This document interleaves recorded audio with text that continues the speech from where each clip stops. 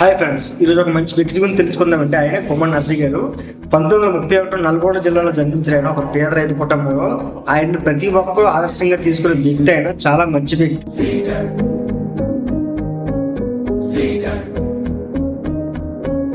1983 నుంచి 2004 వరకు సుమారు 5 సార్లు ఎమ్మెల్యే అయినా సరే ఎటువంటి ఆడంబరం లేకుండా కేవలం సైకిల్ మీద ఎక్కడికైనా వెళ్ళేవాడు. రైతుల కోసం, బలహీన వర్గాల హక్కుల కోసం ఆయన 8 ఏళ్ల వయసులోనే ఉద్యమంలో దిగాడు. ఈ రోజులో ఒక చిన్న స్థాయి గవర్నమెంట్ ఉద్యోగం ఉంటే చాలండి మన బీహార్ మొత్తం మారిపోతుంది.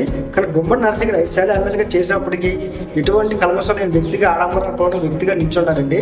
ఆయన జీవితం మొత్తం పూర్తిగా పేదల కోసం అర్పించారు. ఇటువంటి మంచి వ్యక్తులను తెలుసుకున్నప్పుడు మనసు ప్రశాంతంగా అనిపిస్తుంది.